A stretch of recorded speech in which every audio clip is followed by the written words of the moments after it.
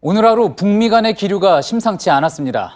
북한의 불량 행동을 간과할 수 없다고 한 폼페이오 미 국무장관의 발언을 문제 삼으면서 북한은 모든 조치를 재검토할 수 있다는 취지의 담화를 발표했습니다.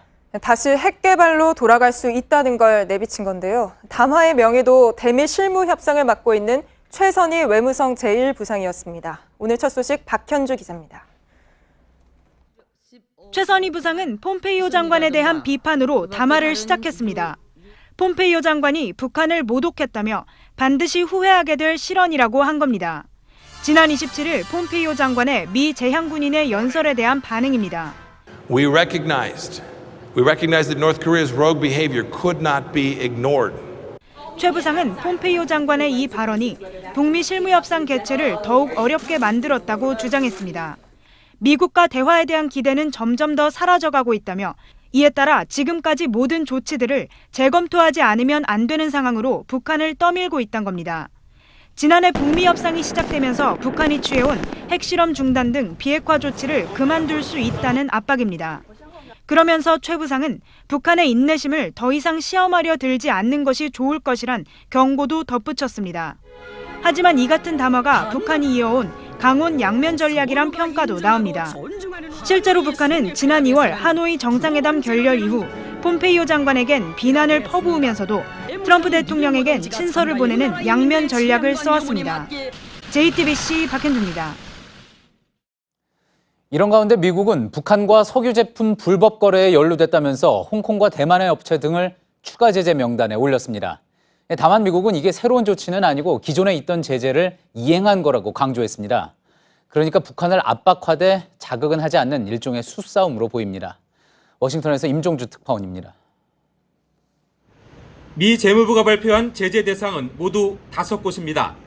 대만인 2명을 포함해 대만과 홍콩 해운업체 3곳입니다. 선박 한 척도 자산 동결 대상으로 지정됐습니다. 정제된 석유를 해상에서 북한 유조선과 직거래해 안보리 결의안을 위반했다는 것입니다. 미국 내 자산은 모두 묶이고 거래도 금지됩니다. 한미 연합연습 종료 이후에도 북미 협상이 겉도는 상황에서 꺼내든 압박카드로 보입니다. 같은 날 폼페이오 미 국무장관은 북한의 인권 문제를 거론했습니다.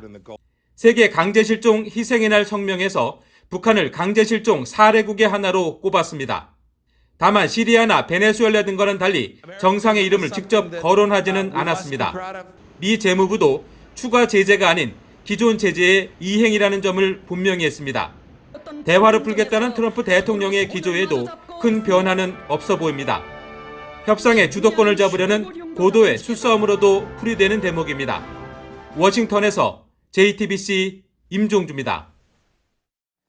어제 청와대가 주한 미군 기지 땅을 조속히 환수받겠다고 밝히자 미국에 대한 압박 카드라는 분석이 이어졌습니다.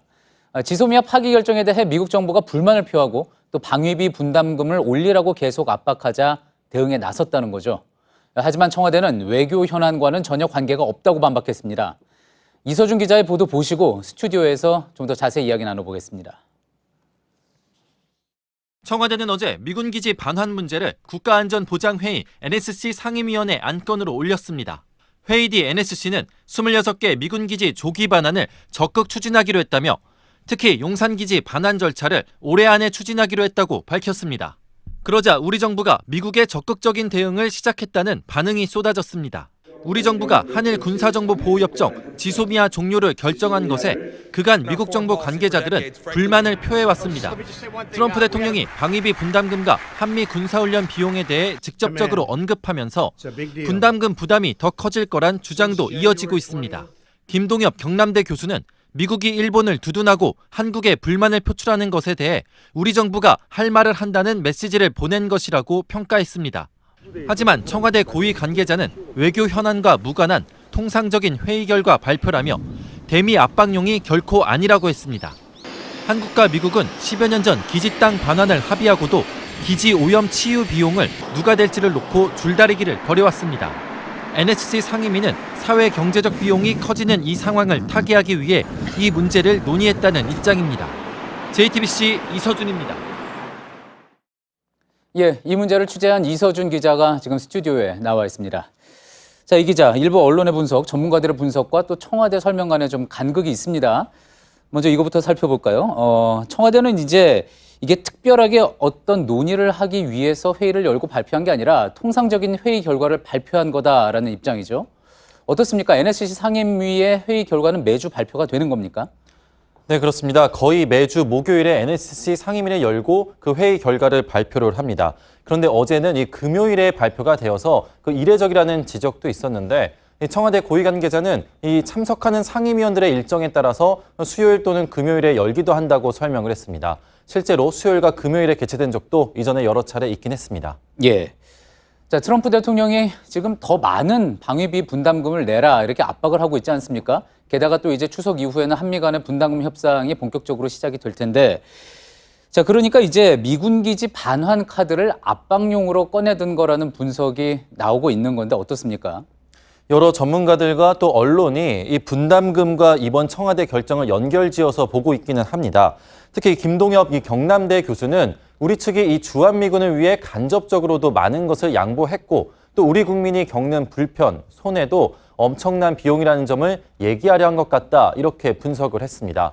우리 정부는 그동안 이 방위비 분담금 협상 때마다 이 토지와 건물을 무상 제공하고 있고 또 의무복무 사병을 저렴한 인건비로 제공하는 점을 강조해 오기도 했습니다. 1조 원 정도의 이 분담금뿐만이 아니라 더 많은 것들을 부담하고 있다는 점을 이번 미군 기지 반환 문제로 미국 측에 보여주고 이를 협상의 지렛대로 삼으려 한다는 그런 분석입니다. 예, 그게 바로 지금 소개한 김동엽 교수를 비롯한 일부 전문가와 또 언론 매체의 보도들인데 하지만 청와대는 전혀 아니라는 입장인 거죠? 네, 그렇습니다. 저와 통화를 한 이 청와대 고위 관계자는 관련 언론 보도들에 대해서는 한미 갈등을 부추기려는 의도로 보인다며 비판을 하기도 했습니다. 협상 카드를 협상도 하기 전에 공개하는 게 말이 되느냐면서 강하게 부인하기도 했습니다. 예. 하지만 시기가 좀 미묘한 건 또 사실입니다. 지소미아 파기 결정을 한 이후에 이 민감한 시기에 또 우리 정부 입장에서는 할 말은 하겠다, 또 국익을 최우선으로 삼겠다라는 이야기가 나오지 않았습니까? 자, 그러다 보니까 이 미군 기지 이야기가 또 하나의 메시지가 될 수 있다, 그런 해석이 나올 수 있는 대목이기도 하고요. 네, 근데 우리 정부 관계자는 이 문제를 잘 들여다보면 그런 오해를 하지 않을 수 있다면서 설명을 했는데요.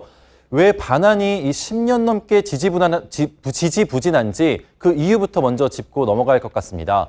돌려받을 부지의 이 토지나 수질의 오염이 심각한 걸로 드러났는데 그 정화 비용을 한국 정부와 주한미군 중 누가 되느냐를 놓고 줄다리기를 계속해서 하고 있기 때문입니다. 드넓은 부지의 오염이 10여 년째 방치가 되면서 오염은 더 극심해지고 또 미군이 이미 떠난 기지의 경우에는 텅텅 비어서 슬럼화가 진행되고 있습니다. 해당 지자체들은 이 중앙정부가 나서서 해결해 줄 것을 요구해 왔는데 이 오염과 슬럼화가 계속 극심해지면서 지자체와 주민들의 요구가 최근 들어 더 커지고 있습니다. NSC 상임위도 이 기지 반환이 장기간 지연돼서 이 사회 경제적 어려움이 발생하고 있다고 밝혔습니다. 예, 그렇다면 이런 질문이 또 나올 수 있을 것 같습니다. 오염 정화 문제가 한미 간에 해결되지 않은 상황에서 우리가 미군 기지를 돌려받게 된다면, 떠안게 된다면 이 오염 관련 비용을 결국 우리가 같이 또 떠안아야 하는 것 아닌가 하는 지적이 나올 수 있을 것 같은데요. 네, 그렇습니다. 그 비용을 우리 정부가 떠안은 상태에서 반환을 받을 가능성이 높습니다. 조기 반환을 받아서 이 땅을 개발하려면은 이 오염 정화 비용을 우리 정부가 우선 지불해야 하는 순서가 될 가능성이 높은 건데요.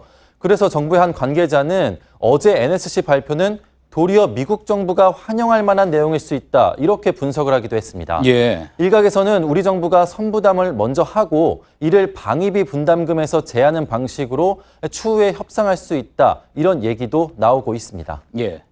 혹시 이와 관련한 미국의 입장은 나왔습니까? 일단 트럼프 대통령에게 이 어제 NSC 발표에 대해서 기자가 질문을 했는데요. 이에 대해서 우리는 한국과 좋은 관계를 갖고 있다, 무슨 일이 일어날지 지켜보겠다 정도로만 답했습니다. 주한미군 측도 조기 반환을 위해 최대한 협조를 하겠다는 이 원론적인 입장을 밝혔습니다. 예, 잘 들었습니다. 이서준 기자였습니다.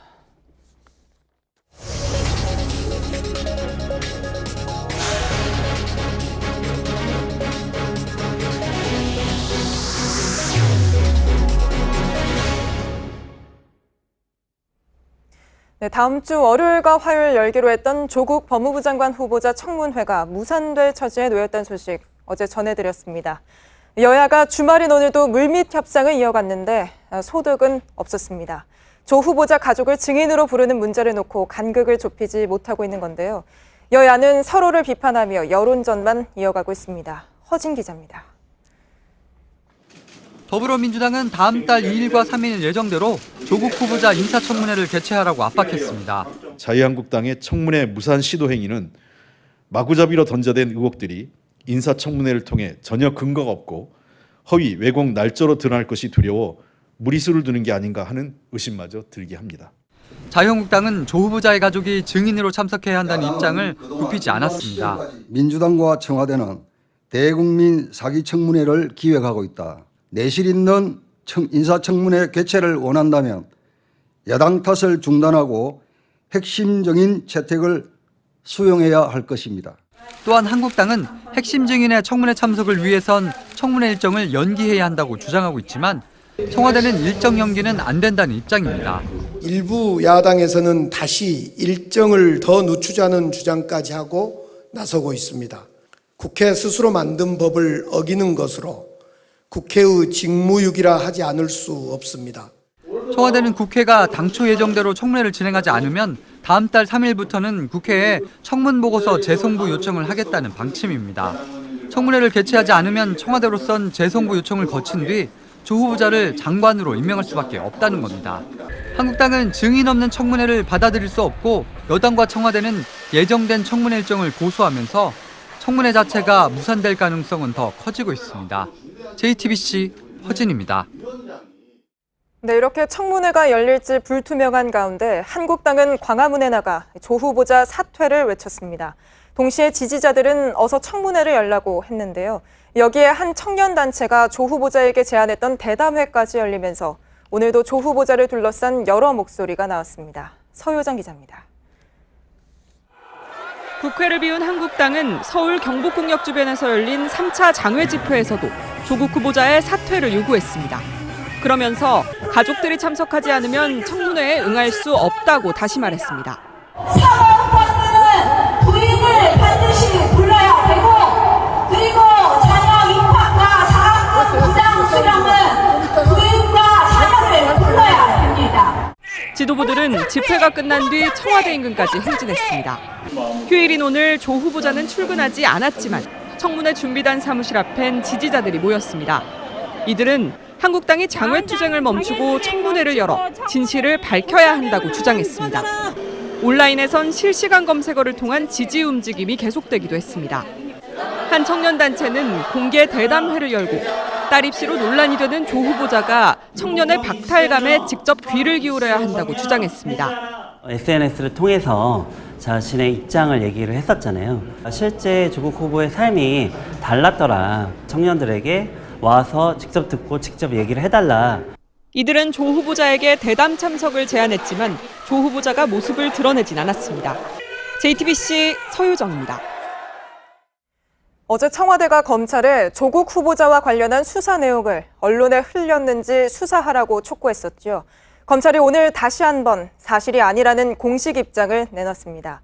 여러 논란 속에 검찰은 우선 압수한 자료를 분석하며 주변 인물들 조사에 들어갔습니다. 최윤경 기자입니다. 검찰이 조국 후보자와 관련한 수사 내용을 언론에 흘렸다는 주장에 대해 정면으로 반박하고 나섰습니다. 노한중 부산의료원장이 대통령 주치의를 발탁할 당시 역할을 했다는 내용의 문건이 보도된 뒤 피의사실 유출 논란이 일자 공식 해명에 나선 겁니다. 청와대는 어제 브리핑에서 검찰이 흘렸는지 기자가 어떤 목적과 의도로 기사를 작성했는지 알 바 없지만 윤석열 검찰총장이라면 반드시 이를 수사해야 한다고 말했습니다. 검찰은 하루 만인 오늘 오전 검찰이 압수물을 언론에 유출했다거나 압수수색 당시 방송을 대동했다는 건 사실이 아니라고 했습니다. 그러면서 압수수색이 끝난 뒤 언론사가 부산의료원의 허가를 받고 사무실에 들어가 문건을 확인한 것이라고 설명했습니다. 논란이 커지면서 검찰 내부엔 수사 상황을 알리지 말라는 항구령이 떨어지기도 했습니다. 현재 검찰은 압수수색에서 확보한 자료 분석에 집중하고 있습니다. 동시에 조 후보자 의혹과 관련한 인물들의 소환 일정도 조율하고 있습니다. JTBC 최윤경입니다. 일본 언론 매체들이 지상파 TV 할 것 없이 근거 없는 혐한 발언을 쏟아내자 일본 시민들이 나섰습니다. 증오를 부추기는 발언을 멈추라고 시위를 벌인 건데요. 도쿄에서 윤서령 특파원이 전해드립니다. 도쿄의 지상파 TV 방송국 TBS 앞에 화난 시민들이 모였습니다.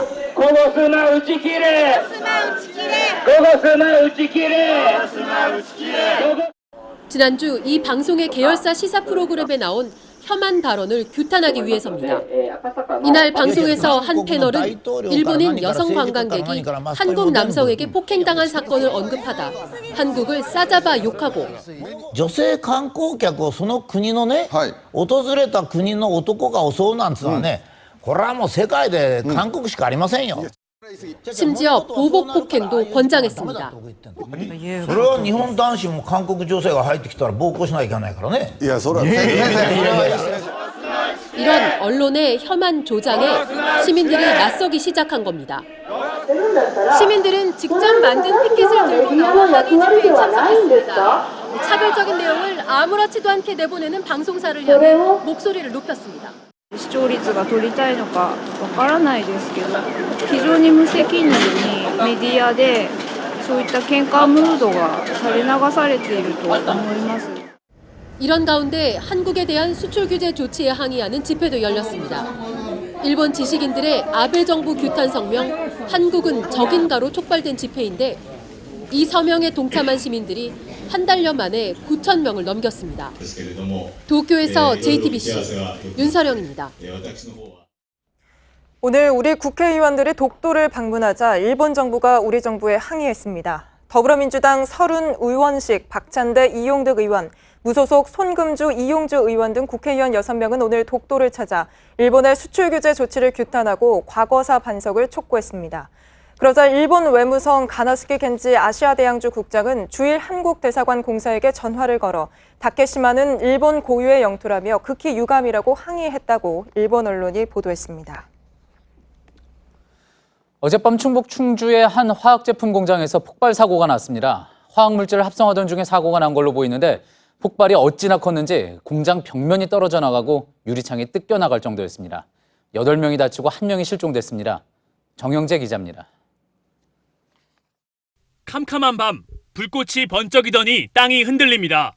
공장 벽이 뚫리고 파편들이 쏟아집니다. 사고가 일어난 건 어젯밤 11시 50분쯤입니다. 충북 충주 중원산업단지 안에 있는 한 화학제품 공장이 폭발한 겁니다. 건물이 막 흔들리는 거예요. 그래서 이제 저는 아파트에 누가 이제 25톤 트럭이 들이받은 줄 알았는데 공단 쪽에서 이제 불기둥이 올라오는 것을 보게 된 거죠. 불은 12시간 만에 꺼졌지만 44살 백모 씨 등 직원 8명이 다쳤고 51살 오모 씨가 실종됐습니다. 폭발은 화학물질을 합성하던 곳에서 처음 일어났습니다. 오 씨는 이곳에서 일을 하고 있었습니다. 뼈대만 남아있는 이 건물이 처음 폭발이 일어난 곳입니다. 철근 기둥이 휘어져 있고 안쪽에는 모두 타버린 커다란 통들도 보이는데요. 폭발의 여파로 이 건물 앞쪽으로는 이렇게 커다란 액체 질소통과 구조물 파편들이 이렇게 여기저기 흩어져 있습니다. 맞은편에 있는 공장은 벽면이 모두 떨어져 나갔습니다. 주변 공장도 피해를 입었습니다. 유리창이 깨지거나 벽이 뚫린 곳이 30곳이 넘습니다. 공장을 돌릴 수 없는 상황입니다. 폭발이 난 공장 건물 옆에 있는 건물 안으로 한번 들어와 봤습니다. 벽면이 이렇게 완전히 휑한 모습인데 유리창이 통째로 뜯겨나가 바닥으로 떨어졌습니다. 또 이쪽을 보시면 바닥에도 다른 구조물들이 이렇게 화장실 입구를 가로막고 있는데 천장에 있던 구조물들이 모두 떨어진 겁니다. 소방은 폭발이 일어나기 전 건물 안에서 불이 났다는 진술을 확보했습니다. 경찰과 함께 실종된 오 씨에 대한 수색을 이어가고 불이 어떻게 났는지 조사하고 있습니다. 한편 이 공장에선 지난 1년간 불이 3번이나 났습니다. JTBC 정영재입니다. 최근 경북과 제주에서 개가 사람을 무는 사고가 잇따라 발생했습니다. 오늘 부산에서는 맹견인 핏불 테리어가 집안까지 들어와 70대 노인을 공격했습니다. 피해자가 크게 다쳐 응급실 치료를 받았습니다. 강신우 기자입니다. 78살 강모 씨 다리입니다. 오늘 새벽 투견으로 알려진 핏불 테리어에 물려 곳곳이 찢어졌습니다. 집 거실에서 쉬고 있다 날벼락을 맞은 겁니다. 내 다리를 딱 물어보는 거야. 어찌된 방에 피가 줄줄줄 흘러요. 너무 놀랬지.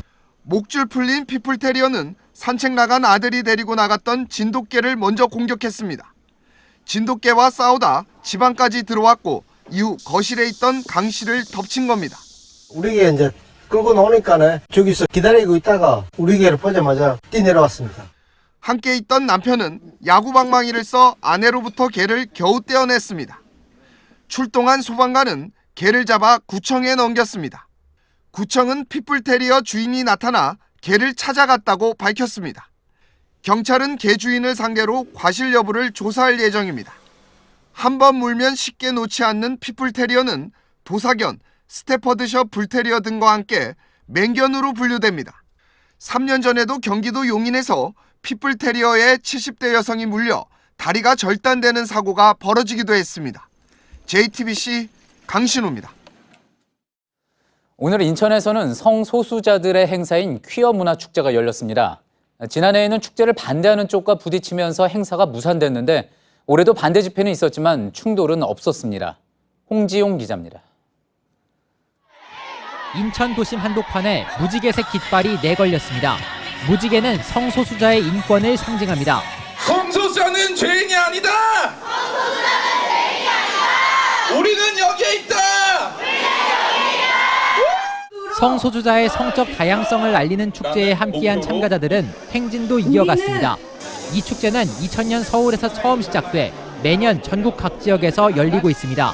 I think it's really important that everyone has access to human rights. They don't have the same kind of protections or legal rights as other people. 퀴어 문화 축제가 열리고 있는 부평역 쉼터광장에 나와 있습니다. 보시는 것처럼 동성애를 상징하는 무지개 깃발과 각종 기념품 그리고 현수막이 눈에 띄는데요. 바로 길 건너에는 동성애를 반대하는 집회도 열리고 있습니다. 양측의 충돌을 막기 위해 횡단보도를 하나 사이에 두고 경찰관들이 자리 잡고 있습니다. 맞불 집회를 연 곳은 기독교 단체와 보수 시민단체들입니다. 동성애가 미풍양속을 해치고 청소년에게 나쁜 영향을 준다며 허용해서는 안 된다는 겁니다. 치료가 정답이다!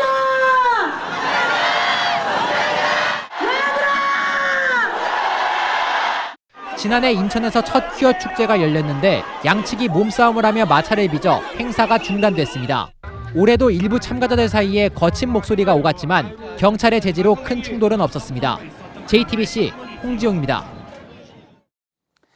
가끔 소셜미디어에 보면 일부러 아슬아슬한 곳에서 찍은 사진들이 많이 올라와 있습니다. 어떤 곳은 명소처럼 되다 보니 사진 찍으러 올라가지 말라는 경고도 붙었지만 무시되기 일쑤입니다.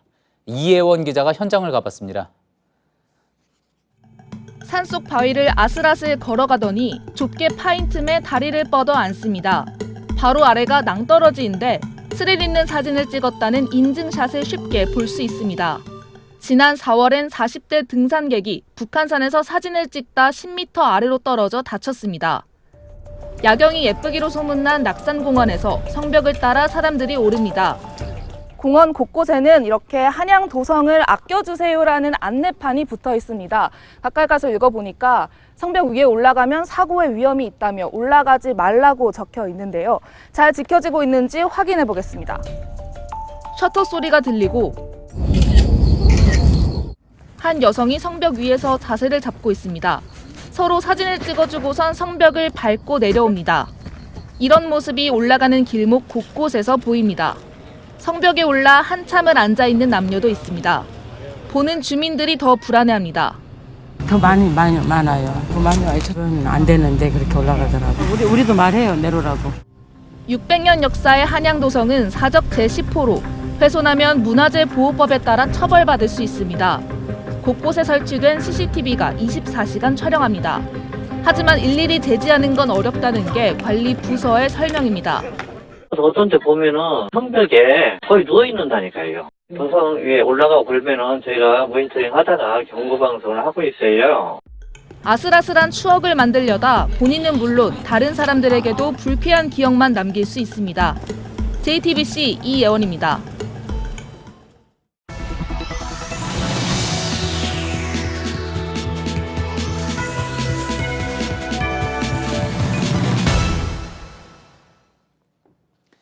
오늘 상당히 많은 주유소에서 차량들의 주유 행렬이 이어졌습니다. 내일부터 유류세 인하 조치가 끝나면서 기름값이 오르기 때문입니다. 그런데 벌써 이미 올린 것도 있고 또 내릴 땐 느리면서 올릴 때 잽싸기만 한 기름값이 도마에 올랐습니다. 백민경 기자가 현장에 다녀왔습니다. 서울 외곽의 한 주유소입니다. 도로변에 차가 줄지어 서 있는데요. 한시적으로 유류세를 인하하는 조치가 끝나면서 내일부터 기름값이 오르게 됩니다. 기름을 넣으려는 주유소 줄이 생기고 이 줄 때문에 차가 막히기도 했습니다. 여기가 기름값이 가장 싸게 맛보고였어요. 내일 기름값이 오르기 때문에 오늘 가득 채우려고요. 기름값이 오르는 건 세금 때문입니다. 유류세엔 교통세, 주행세, 교육세 등이 포함되어 있는데 기름값의 60%를 차지합니다. 휘발유 1리터가 1,500원이라면 900원 정도가 유류세입니다. 정부는 지난해 11월부터 올해 5월까지 유류세를 15% 내렸습니다. 국제적으로 기름값은 올랐지만 서민들 부담을 덜기 위해 체감 인상폭을 낮추겠다는 취지였습니다. 지난 5월부터 이번 달까진 조치를 연장하는 대신 인하폭을 7%로 줄였습니다. 기획재정부는 내일부터 휘발유는 리터당 58원, 경유는 41원, LPG는 14원씩 인상될 걸로 보고 있습니다. 서울의 휘발유 값은 평균 1,591.3원, 전국은 1,495원 선입니다. 경기도 나쁜데 소비자들 불만은 큽니다. 많이 차이 나죠. 지금 뭐 리터당 30원, 40원이 저희는 50리터씩 넣으니까. 주유소들이 가격을 내릴 때는 느리면서 오를 땐 신속하다는 것도 도마에 올랐습니다. 최근 기름값은 유류세 인하 1, 2주 전부터 이미 오르기 시작했습니다. 유류세 정상화에 대비해 일부 주유소가 먼저 가격을 올려받았기 때문입니다. 그런데 지난해 11월 유류세 인하 조치가 이뤄질 때 이를 반영한 주유소는 4곳 중 1곳에 불과했습니다. JTBC 백민경입니다. 최근 청와대에서 대통령 전용차로 수소차를 쓰겠다고 하면서 이 수소차에 대한 관심이 부쩍 높아졌습니다. 에너지 효율도 좋고 환경 친화적이라 정부 차원에서 차세대 주력 산업으로 밀고 있는데 지금 당장 수소차 시대를 열기엔 아직 해결해야 할 일이 많아 보입니다. 이윤석 기자입니다. 수소차는 환경을 보호합니다. 외부 공기 중의 산소를 수소와 결합해 전기 에너지를 만드는데 이 과정에서 미세먼지를 제거하는 겁니다. 달리는 공기청정기로 불리기도 합니다. 에너지 효율도 좋습니다. 단 한 번의 충전으로 약 600km를 달립니다. 안전성도 입증됐다는 평가입니다. 연료 탱크에 총을 쏘거나 강한 충격을 줘도 버텨냅니다. 문제는 비싼 가격입니다. 수소차 넥소의 가격은 7,200만 원이 넘습니다. 정부 보조금 등을 받아도 3,500만 원에 달합니다. 충전소도 문제입니다. 청와대에서 대통령 전용차를 충전하려면 서울에 단 2곳뿐인 상암동이나 양재동 충전소까지 가야 합니다. 전국적으로도 22곳에 불과합니다. 영업시간도 제각각입니다. 충전소를 늘리기 위해선 정말 안전하다는 확신이 필요합니다. 수소 저장 탱크 같은 경우에는 탄소 복합섬유로 만들었기 때문에 금속성 그런 저장 용기보다 훨씬 더 좀 안정성이 좀 더 강화된 그런 제품이라고 보시면 되겠습니다. 누출 센서를 설치하는 기준들이 굉장히 좀 타이트하게 저희 쪽에서는 운영을 하고 있고, 정부는 서울 여의도 국회를 시작으로 도시명 수소차 충전소를 대폭 확대해 나가겠다는 구상입니다. JTBC 이윤석입니다.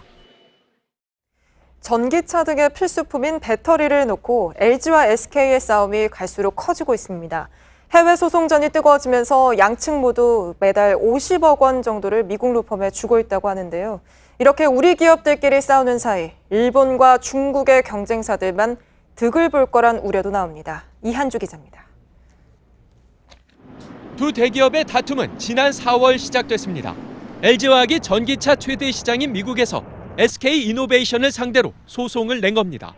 후발주자인 SK이노베이션이 자사 핵심 인력과 기술을 빼갔다는 게 LG화학의 주장입니다. 그러자 그동안 대화로 풀자던 SK이노베이션도 강공으로 돌아섰습니다. LG화학이 개발한 배터리가 자사 기술을 활용했다며 미 국제무역위원회에 맞소송을 냈습니다. 이 배터리를 사용한 LG전자까지 연방법원에 함께 제소할 예정입니다. SK이노베이션은 LG화학이 만드는 배터리 가운데 많은 부분이 특허를 침해했다고 주장합니다.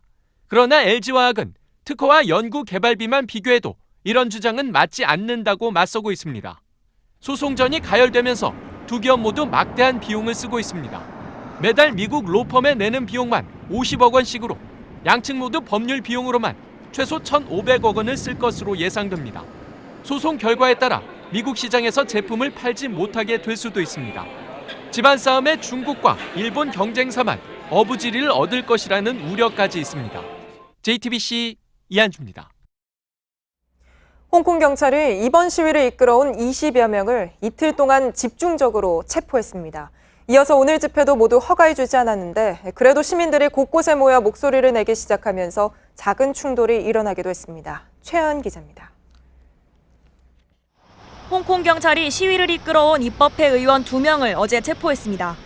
두 의원은 하루 만에야 보석으로 풀려났습니다. 29일과 30일에 걸쳐 홍콩 경찰이 잡아들인 시위 지도급 인사는 이들뿐이 아닙니다. 우산혁명의 주역 조슈아 원과 아그네스 초우를 포함해 20여 명이 경찰에 체포됐습니다. 이처럼 시위대 와해 의지를 드러낸 경찰은 오늘 예고됐던 집회와 행진을 모두 불허해버렸습니다. 이에 따라 안전을 우려한 시민단체 연합은 대규모 집회를 취소했지만 곳곳에서 시민들은 자발적으로 집회를 열었습니다. 기독교 단체 소속 시민 1000여 명은 종교 행사는 허가가 필요 없다고 주장하며 집회를 열었습니다. 시위대는 중국 연락사무소 방향 등으로 행진도 했습니다. 헬기와 살수차 등을 동원한 경찰은 시위대를 향해 불법 행동을 멈추라고 경고한 뒤 최루탄을 쐈습니다. 여기에 시위대가 화염병으로 맞서면서 소규모 충돌이 발생하기도 했습니다. 이런 가운데 홍콩 바로 옆 중국 선전에선 인민해방군이 움직이기 시작했다는 소식도 전해져 홍콩의 긴장감이 또다시 높아지고 있습니다. JTBC 최하은입니다. 4명의 사상자를 냈던 서울 잠원동 건물 붕괴 사고와 관련해 철거업체 대표와 감리 보조자가 구속됐습니다. 경찰은 이들이 붕괴 위험이 있는데도 안전조치 없이 철거했다며 구속영장을 신청했습니다. 지난달 건물이 철거 도중 갑자기 무너져 내리면서 신호 대기 중이던 차들을 덮쳐 결혼 반지를 찾으러 가던 예비 부부를 포함해 1명이 숨지고 3명이 다친 바 있습니다. 업무 처리가 늦다며 직장 후배를 2년 가까이 때리고 괴롭힌 30대 회사원이 벌금 500만 원을 선고받았습니다. 앞서 경기도 안산의 한 제조회사에 다니는 39세 김모 씨는 이렇게 후배 머리와 가슴 등을 13차례 때린 혐의로 재판에 넘겨졌습니다. 다음 주 초 미국 플로리다에 상륙할 예정인 허리케인 도리안이 최대 풍속이 시속 220km인 4등급 허리케인으로 몸집을 키웠습니다. 플로리다에 4등급 이상 허리케인이 상륙하는 건 27년 만입니다. 주 당국은 플로리다 전역에 비상을 선포하고 주민들에게 철저한 대비를 당부했습니다. 서울대가 제자를 성추행한 의혹 등이 불거진 교수를 해임하기로 했습니다. 서서문학과 소속 A 교수는 지난 2015년과 2017년 2차례 해외 학회에 동행한 제자를 성추행한 혐의 등을 받습니다. 서울대 인권센터가 징계위에 정직 3개월을 권고하자 피해 학생이 나서서 실명 대자보를 붙이며 A 교수를 고발하기도 했습니다. 또 이 과정에서 A 교수가 연구 성과를 도용했다는 의혹도 새롭게 나왔습니다. 코트를 이리저리 뛰어다니면서 어떻게든 끝까지 받아내는 테니스. US 오픈에선 정현 선수의 믿기지 않는 역전승이 계속 이어졌습니다. 앞으로 6시간 정도 뒤, 그러니까 내일 새벽엔 스페인 나달과 꿈의 대결을 펼칩니다. 이한주 기자입니다. 페더러와 나달의 친선 경기에서 같이 사진을 찍은 한 소년. 2006년 당시 10살의 정현은 볼보이였습니다. 그렇게 꿈을 키운 테니스 선수. 나달과는 2년 전 코트에서 처음 마주했습니다. 바르셀로나 오픈 8강. 당시 첫 세트는 타이브레이크로까지 가는 접전이었습니다. 나달은 승리한 뒤 정현에게 찬사를 보냈습니다. He has a good talent, good player in all aspects, so I needed to play my best to be through. 정현은 같은 해 다시 파리 마스터스에서 나달을 만났지만 이때도 나달을 넘진 못했습니다. 그리고 US 오픈에서 세 번째 맞대결 기회를 잡았습니다. 세계 2위 나달과 세계 172 정현. 나달의 우세가 점쳐지지만 정현은 지난해 호주 오픈에선 조코비치를 꺾으며 4강까지 오르는 기적을 쓰기도 했습니다. 어릴 적 약시 판정을 받아 초록색 공과 코트를 보면 눈에 좋다는 이유로 즐겨 시작한 테니스. 정현은 부지런한 발로 끈질기게 공을 받아넘기며 상대 실수를 기다리는 테니스를 합니다. 이번 대회 32강에 오르기까지 본선 2경기 모두 5세트까지 가며 역전승을 이끌어냈습니다. 정현과 나달의 32강전은 내일 새벽 3시께 열릴 예정입니다. 한편 올해 마지막 메이저 테니스 대회인 US 오픈에선 기상천외한 샷이 쏟아지고 있습니다. 프랑스 몽피스는 마치 고개를 나듯 기막힌 샷을 보여주며 팬들의 환호를 불러냈습니다. JTBC 이주찬입니다. 호날두 노쇼로 기억되는 유벤투스 초청 경기가 끝이 난 지 한 달이 넘었습니다.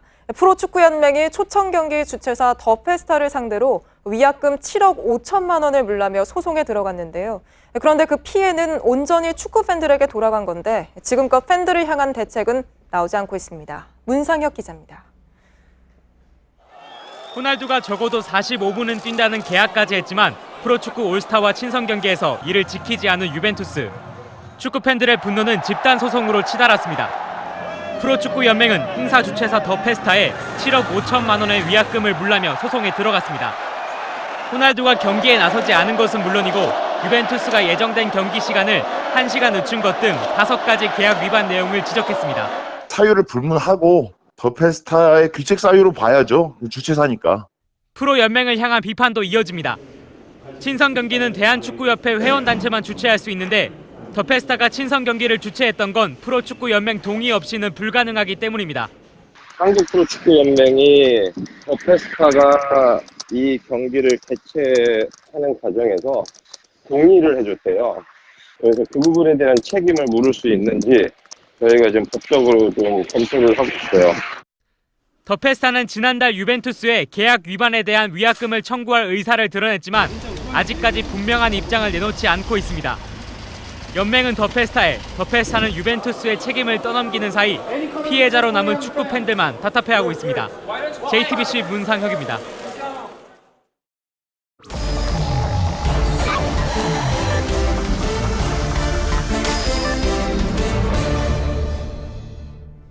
예, 토요일 비하인드 뉴스 시간입니다. 최재원 기자가 나와 있습니다. 최 기자, 첫 번째 키워드 볼까요? 네, 첫 번째 키워드는 팩트로 부딪히자로 정했습니다. 무슨 이야기입니까? 조금 전에 막 들어온 소식을 좀 전해드리겠습니다. 오후 6시부터 7시 조금 넘어서까지 진행된 유시민 노무현재단 이사장과 조정래 소설가의 대담 자리를 좀 소개를 해드리겠습니다. 이 자리에서 유 이사장이 작심한 듯이 이 조국 후보자 논란 관련해서 언급을 했는데 언론 보도의 문제점을 지적하면서 이렇게 얘기를 했습니다.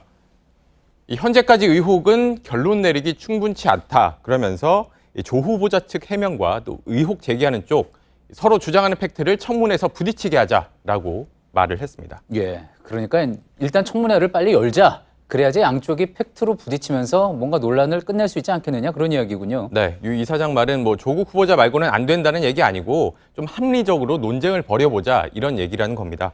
또 이런 얘기도 덧붙였습니다. 최근 조국 후보자 비판하는 대학생 촛불 집회에 대해서 언급을 했는데 대학생들도 생각해봐야 한다. 촛불 들었다고 다 아름다운 건 아니다.